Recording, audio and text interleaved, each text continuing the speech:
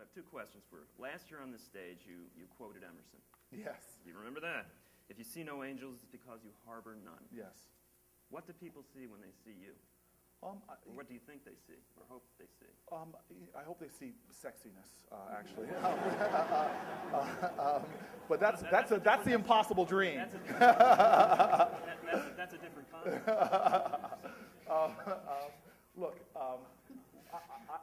I really hope that when we look at each other, we see the divinity that lies within us. And I've made this mistake, even in recent politics, seeing enemies first or adversaries first as opposed to brothers, allies, and fellow Americans. And I hope that when people look at me, they see a part of themselves, they see a part of the divine, but more importantly, as they look at me, they see somebody who's with them in a larger fight. And we are such a great people in a very young point in our country, but in some senses, we need to feel that a new day is dawning in America that can recapture the greatest elements of our past, but that now, with new challenges, a new economy, new media, that we can use the best of the present to invent a better future for our country. So I'm just honored. This is the best job I've ever had, but it's, dear God, it's the hardest job I've ever had. And I'm hoping that when people see me, they tell me, Cory, you talk too much, but I like you a lot. Well, the final question is, and that has to do with the hardest job that you have, because you never know what can happen, and just have a little fun with this. Okay. You know, I think you're prepared for this, but I'm afraid now. You're afraid.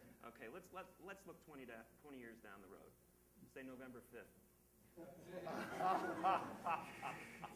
And you've just been re-elected President of the United States. And 20 years from now, we've already got your cabinet picked out. We're okay. Yes. All right? What will Newark look like?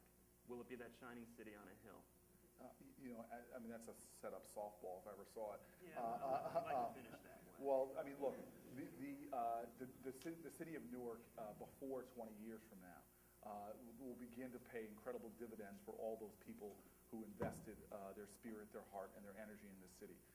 We will, I really say 5 years, and that's ambitious and audacious, but give us 5 years, 2012 to 2013, I really think that Newark will be one of those cities that holds the torch of the American dream really high. I always harken back to original documents in America, but let us try to maybe here in this room agree that we'll invent a new document, because we talk about the Declaration of Independence. I think we need a new Declaration of Interdependence in America.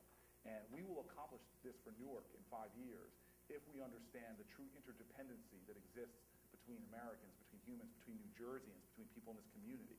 And Newark is an international city. We are all dependent. We will all suffer for its failures, and we will all rejoice and benefit from its successes.